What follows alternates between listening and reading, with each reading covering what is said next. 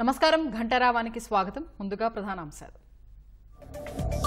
నెల్లూరు జిల్లాలో కంటైనర్ను ఢీకొన్న private bus, driver మృతి, 10 మందికి తీవ్ర గాయాలు.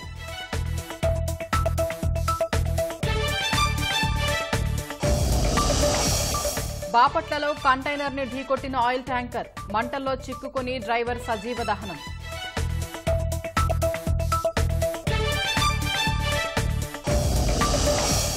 విశాఖలోనే నిలిచిపోయిన జన్మభూమి సూపర్ ఫాస్ట్, 2 గంటలకు పైగా స్టేషన్లోనే ప్రయాణికుల పడిగాపులు.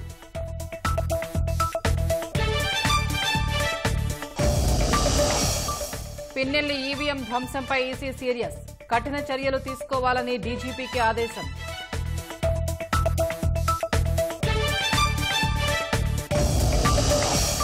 స్పెషాలిటీ ఆసుపత్రుల్లో ఆరోగ్యశ్రీ సేవలు బంద్, బకాయిలు చెల్లించే వరకు నిలిపివేయాలని నిర్ణయం.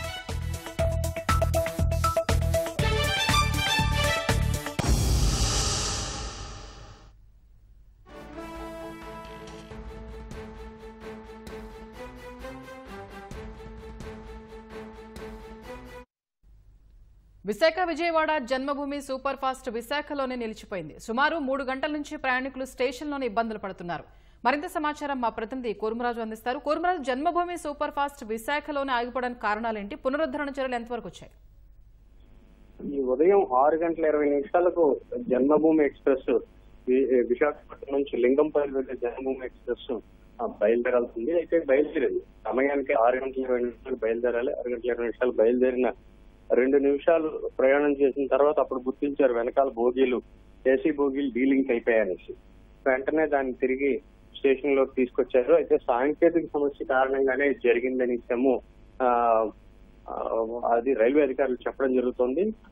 దీనికి సంబంధించి ఇప్పుడు సమస్యను పరిష్కరించే దిశగా చర్యలు అయితే ముమ్మరం చేశారు. మరి కాసేపట్లో అంటే ఇంకో కనీసం అరగంటకు పైగానే పడుతుందనేసాము అధికారులు చెప్తున్నారు.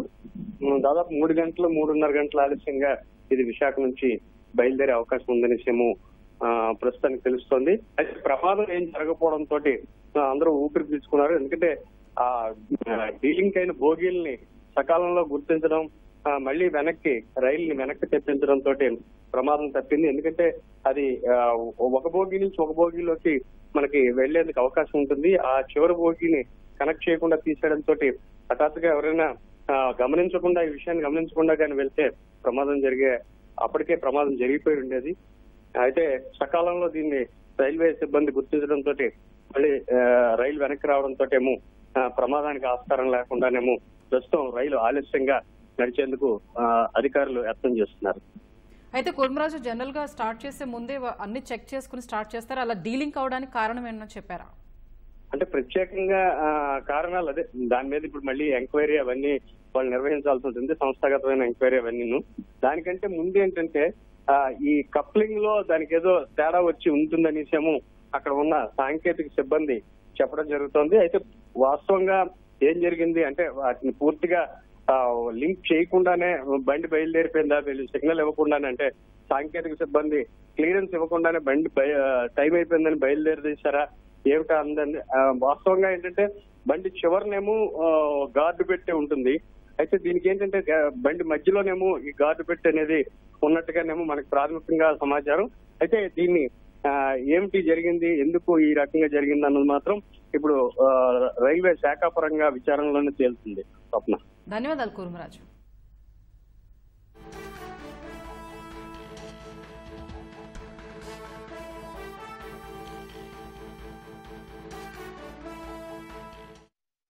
అరాచకానికి, దౌర్జన్యానికి, గూండాయిజానికి పెట్టింది పేరైన మాచర్ల వైకాపా ఎమ్మెల్యే పిన్నెల్లి రామకృష్ణారెడ్డి ఒక పోలింగ్ కేంద్రంలోకి దూసుకెళ్లి ఈవీఎంని నేలకేసి కొట్టారు.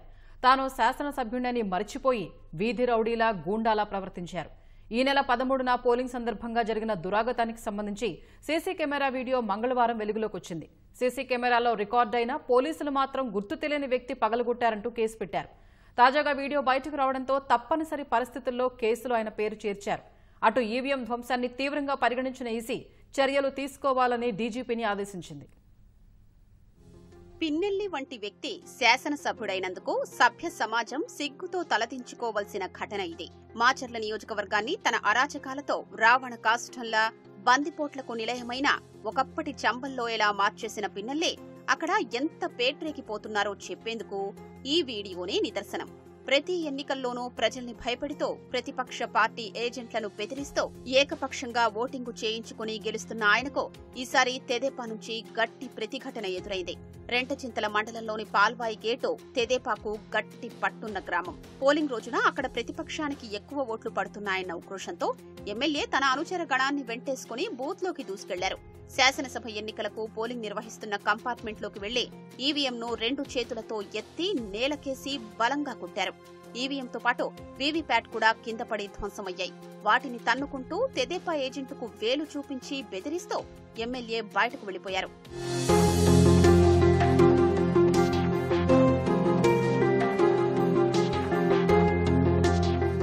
నిబంధనలకు విరుద్ధంగా ఎమ్మెల్యే అనుచరుల్ని వెంటేసుకుని పోలింగ్ కేంద్రంలోకి దూసుకెడుతున్నా పోలీసులు, పోలింగ్ సిబ్బంది అడ్డుకోలేదు.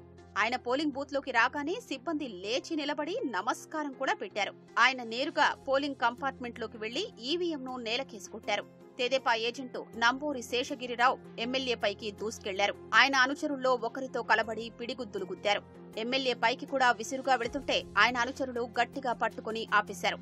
ఈ ఘటనతో పోలింగ్ సిబ్బందితో పాటు ఓటర్లు భీతావాహులయ్యారు. ఎమ్మెల్యే ఈవీఎంను విసిరి కొడుతున్న సమయానికి మహిళా పోలింగ్ సిబ్బంది భయంతో ఒక మూలకు వెళ్లిపోవడం సీసీ కెమెరాలో రికార్డైంది. ఎమ్మెల్యే ఈవీఎంను ధ్వంసం చేసి బయటకొచ్చాక ఆయన అనుచరులు రెచ్చిపోయారు. తెదేపా కార్యకర్తలపై రాళ్ల వర్షం కురిపించారు.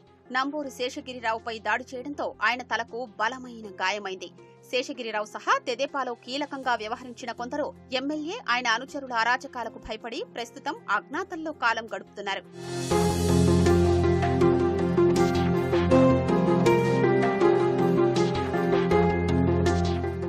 ఎమ్మెల్యే పిన్నెల్లి రామకృష్ణారెడ్డి అందరూ చూస్తుండగా ఈవీఎంను ధ్వంసం చేస్తే ఆ ఘటనపై పోలీసులు మాత్రం గుర్తు తెలియని వ్యక్తులొచ్చి ఈవీఎంను ధ్వంసం చేశారని కేసు నమోదు చేశారు. పాల్వాయి గేటు పోలింగ్ కేంద్రంలో 2 బూతులు ఉన్నాయి. 1464 మంది ఓటర్లున్నారు. మాచర్ల నియోజకవర్గంలోని సమస్యాత్మక పోలింగ్ కేంద్రాల్లో ఇది ఒకటి. కానీ పోలింగ్ రోజున అక్కడున్నది కేవలం 2 కానిస్టేబుళ్లు. ఎమ్మెల్యే వచ్చి ఈవీఎం పగలగొట్టినా తెదేపా శ్రేణులపై వైకాపా కార్యకర్తలు రాళ్లు రుపుతూ అరాచకం సృష్టించినా చోద్యం చూడడం తప్ప ఆ కానిస్టేబుళ్లు చేసిందేమీ లేదు. పల్నాడు జిల్లాలో సమస్యాత్మక ప్రాంతాలు ఎక్కువగా ఉన్నాయని, 34 కంపెనీల బలగాలు కావాలని జిల్లా అధికారులు కోరితే 19 కంపెనీల్ని మాత్రమే ఇచ్చి సర్దుకోమన్నారు. పోలింగ్ రోజున ఎమ్మెల్యే అరాచకాలకు అడ్డు అదుపు లేకుండా పోవడానికి అది ఒక కారణమైంది. ఎమ్మెల్యే పిన్నెల్లి రామకృష్ణారెడ్డి, ఆయన సోదరుడు వెంకట్రామిరెడ్డి ఈ ఎన్నికల్లో చేయని అరాచకం లేదు. పోలింగ్ రోజు ఆ తరువాత హింసాకాండకు పాల్పడ్డారు. కారంపూడిలో తెదేపా కార్యాలయాన్ని ధ్వంసం చేసి భయోత్పాతం సృష్టించారు. ఎన్నికలకు ముందు ఎస్పీని, ఈసీని బదిలీ చేసిన డీఎస్పీల నుంచి కానిస్టేబుళ్ల వరకు అందరూ పిన్నెల్లి కోరి తెచ్చుకున్న వారే ఉండడంతో ఎన్నికల సమయంలో ఆయన అరాచకాలకు అడ్డు లేకుండా పోయింది. కొత్తగా వచ్చిన ఎస్పీ బిందుమాధవ్ ఆదేశాల్ని ఆయన కింద పనిచేసే అధికారులెవ్వరూ పాటించలేదు. పైగా ఎస్పీ తీసుకుంటున్న నిర్ణయాల్ని ఎప్పటికప్పుడు ఎమ్మెల్యేకు చేరవేసేవారు. కింది స్థాయి అధికారులు, సిబ్బంది నిర్వాకానికి చివరకు ఎస్పీ బిందుమాధవ్ బలయ్యారు.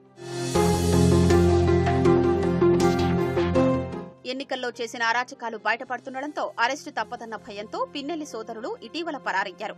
పల్నాడులో హింసాకాండపై హైకోర్టు చీవాట్లు పెట్టడం, ఎస్పీ సహా 7 పోలీసు అధికారులపై ఈసీ వేటు వేయడం, కలెక్టర్లు బదిలీ చేయడంతో ఇక తమ ఆటలు సాగవని పిన్నెల్లి సోదరులకు అర్థమైంది. అల్లర్లపై సిట్ను నియమించడంతో పిన్నెల్లి సోదరులు పొరుగు రాష్ట్రానికి పారిపోయి తలదాచుకుంటున్నట్లు ప్రచారం జరుగుతోంది.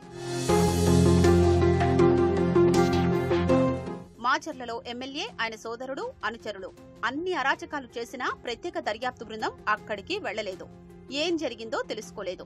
పాల్వాయి గేట్ పోలింగ్ బూత్ లో ఎమ్మెల్యే చేసిన విధ్వంసం, ఈవీఎంను పగలగొట్టడం వెబ్ కాస్టింగ్ ద్వారా ఎన్నికల సంఘం అధికారులు నేరుగా చూడొచ్చు. సీసీ కెమెరాల్లో రికార్డైన దృశ్యాలు ఉన్నాయి. పోలింగ్ సిబ్బంది సెల్ ఫోన్లోనూ రికార్డు చేశారు. కానీ మంగళవారం వీడియో వెలుగులోకొచ్చే వరకు ఈసీకి ఆ విషయం తెలియలేదంటే, కేసు నమోదు చేయలేదంటే ఎన్నికల సంఘం, అధికార యంత్రాంగం, పోలీసులు ఎంత చక్కగా పనిచేస్తున్నారో అర్థమవుతోంది. వీడియో వెలుగులోకొచ్చాక ఎన్నికల సంఘం హడావిడిగా దిద్దుబాటు చర్యలు చేపట్టింది. కేసు నమోదు చేయమని డీజీపీకి ఆదేశాలు జారీ చేసింది.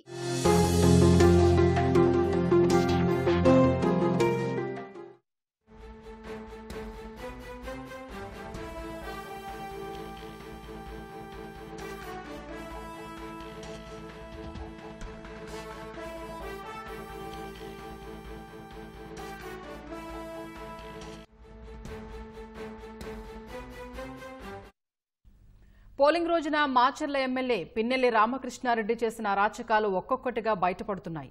ఈవీఎం ధ్వంసం చేసి బయటకొస్తున్న పిన్నెల్లిని పోలింగ్ కేంద్రం వద్ద ఓ మహిళ ప్రశ్నించగా ఆమెతో దుర్భాషలాడిన వీడియో తాజాగా వెలుగు చూసింది.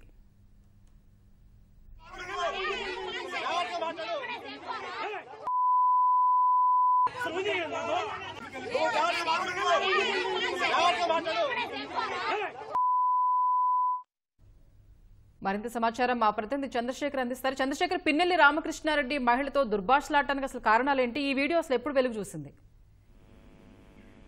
స్వప్న, మాచర్ల ఎమ్మెల్యే పిన్నెల్లి రామకృష్ణారెడ్డి ఈ నెల 13 జరిగినటువంటి పోలింగ్ సందర్భంగా చేసినటువంటి అరాచకాలని కూడా ఒక్కొక్కడిగా బయటకు వస్తున్నాయి. దీనికి సంబంధించి ఇప్పటికే అక్కడ పాల్వాయి గేటు పోలింగ్ బూత్ లో ఈవీఎం పాల్గొట్టినటువంటి దృశ్యాలు నిన్న బయటకు వచ్చాయి. ఇవాళ తాజాగా ఆ పోలింగ్ బూత్ లో ఈవీఎం పగలగొట్టి బయటకు వచ్చిన తర్వాత ఒక మహిళ ఆయన నిలిచింది. స్థానికంగా ఉన్న తెలుగుదేశం పార్టీ కార్యకర్త ఈ విషయం పైన ఆమె నిలదీశారు. ఎందుకు పోలింగ్ కేంద్రంలోకి వెళ్లారు, అంత దురుసుగా ఎందుకు ప్రవర్తించారు, ఈవీఎం ధ్వంసం చేశారనేటువంటి అంశం పైన ఆమె నిలదీసగా ఆమె పైన కూడా పిన్నెల్లి రామకృష్ణారెడ్డి మహిళని కూడా చూడకుండా బూత్ పురాణం లంకించుకున్నారు. అతని పక్కన వారు కూడా ఆమె పైన ఆమెను బెదిరించారు. ఈ గొడవ జరిగిన తర్వాత మహిళలతో పాటుగా పోలింగ్ కేంద్రంలో ఉన్నటువంటి ఏజెంట్లు కావచ్చు, టీడీపీ ఏజెంట్లు బయటకు వచ్చి ఎమ్మెల్యే పిన్నెల్లి రామకృష్ణారెడ్డిని ఈవీఎం పాల్గొనడం దానిపైన గట్టిగా నిలదీశారు. ఈ సందర్భంగా తెలుగుదేశం పార్టీ కార్యకర్తల పైన వైసీపీ శ్రేణులందరూ కూడా ఒక్కసారిగా ముఖమ్మడిగా విరుచుకుపడ్డారు. కర్రలు గుడ్డలతో దాడులు చేసి ఎవరైతే ఆ నంబూరి ఆదినారాయణ అవుతున్నారో ఆయన ఈవీఎం పాల్గొట్టినప్పుడు ఎమ్మెల్యే ఈవీఎం పాల్గొట్టినప్పుడు వెళ్లి అతను అడ్డుకునే ప్రయత్నం చేసినటువంటి వ్యక్తి పైన కూడా తీవ్రంగా దాడి చేసి గాయపరిచారు. ప్రస్తుతం ఆయన కూడా చాలా తీవ్రమైన గాయాల్లో ఆసుపత్రిలో చికిత్స పొందుతున్న పరిస్థితి. మొత్తం ఆ రోజు పాలవాయి గేట్ వద్ద 7 మంది టీడీపీ వారిపైన తీవ్రంగా దాడి చేసి కొట్టినటువంటి పరిస్థితి. అక్కడి నుంచి దాడి జరిగినటువంటి విషయం తెలుసుకున్నటువంటి టీడీపీ కార్యకర్తలను కూడా ఒకసారిగా పోలింగ్ స్టేషన్ కు వచ్చారు. ఎక్కువ మంది టీడీపీ కార్యకర్తలు జమ కావడంతో ఎమ్మెల్యే పిన్నెల్లి రామకృష్ణారెడ్డి అక్కడి నుంచి పారిపోయే ప్రయత్నం చేశారు. ఆ సమయంలో ఎక్కువగా వచ్చినటువంటి టీడీపీ కార్యకర్తలందరూ కూడా ఒకసారిగా పిన్నెల్లి వాహన శ్రేణిని కూడా చుట్టుముట్టి వెంటబడి ఆయన తరిమి కొట్టారు. ఆ సందర్భంగానే పిన్నెల్లికి సంబంధించినటువంటి వాహనంలో వెనక వైపు ఉన్నటువంటి వాహనం పైన కూడా టీడీపీ కార్యకర్తలు రాలించడంతో కొంత అతలు కూడా పగిలిపోయాయి.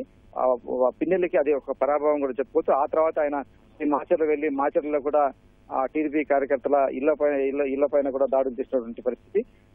వరుసగా ఇవన్నీ కూడా ఘటనలు జరిగినప్పటికీ కూడా పోలీసు యంత్రాంగం కావచ్చు, ఎన్నికల యంత్రాంగం కావచ్చు, వీటిని కూడా బయట పెట్టకుండా గోప్యంగా ఉంచినటువంటి పరిస్థితి. ఇప్పుడు సిట్టు దర్యాప్తు జరుగుతున్న తరుణంలో ఈ విషయాలన్నీ కూడా ఒక్కొక్కటిగా బయటకు వస్తున్నాయి. దానికి సంబంధించిన ఆధారాన్ని కూడా ఒక్కొక్కటిగా వెలుగులోకి వస్తున్న పరిస్థితి.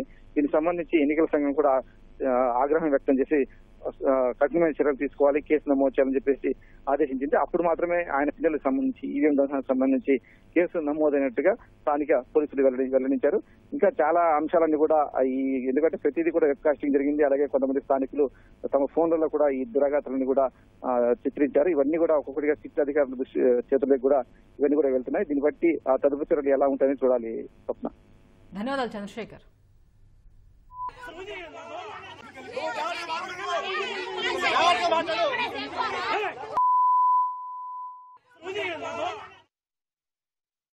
సార్వత్రిక ఎన్నికల ఫలితాలు వెలువడే వరకు ఎవరైనా అవాంఛనీయ సంఘటనలకు పాల్పడితే కఠిన చర్యలు తప్పవని అనకాపల్లి డీఎస్పీ మోహన్ హెచ్చరించారు. నర్సీపట్నంలోని పలు కీలక ప్రాంతాల్లో కార్డన్ సెర్చ్ నిర్వహించి పత్రాలు లేని పలు ద్విచక్ర వాహనాలతో పాటు ఆటో, కార్లను స్వాధీనం చేసుకున్నారు. ఓట్ల లెక్కింపు ప్రక్రియ పూర్తయ్యే వరకు 144 సెక్షన్ కొనసాగుతుందన్నారు.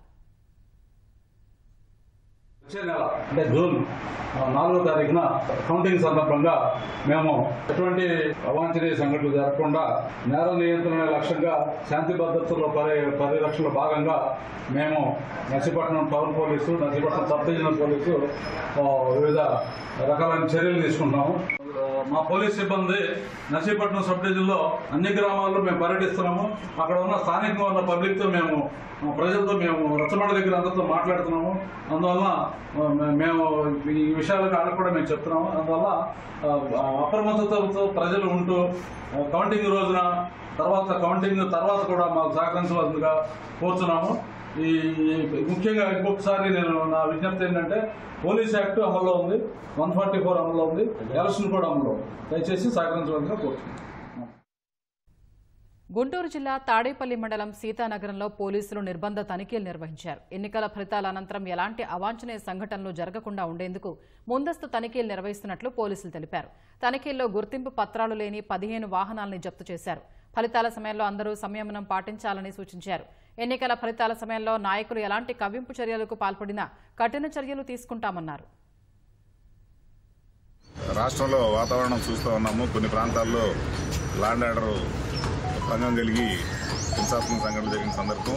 ఈ నేపథ్యంలో రేపు జూన్ 4వ తారీఖున ఏదైతే పోలింగ్ కౌంటింగ్ సందర్భంగా రిజల్ట్స్ వచ్చిన సందర్భంలో కొంతమంది నాయకులు కొన్ని గత సంఘటనలు దృష్టిలో పెట్టుకుని ప్రజల్ని వాళ్ళ కార్యకర్తల్ని ఉద్రేకాలకు రకరకాల భావోద్వేగాలకు రెచ్చగొట్టే అవకాశం ఉంది.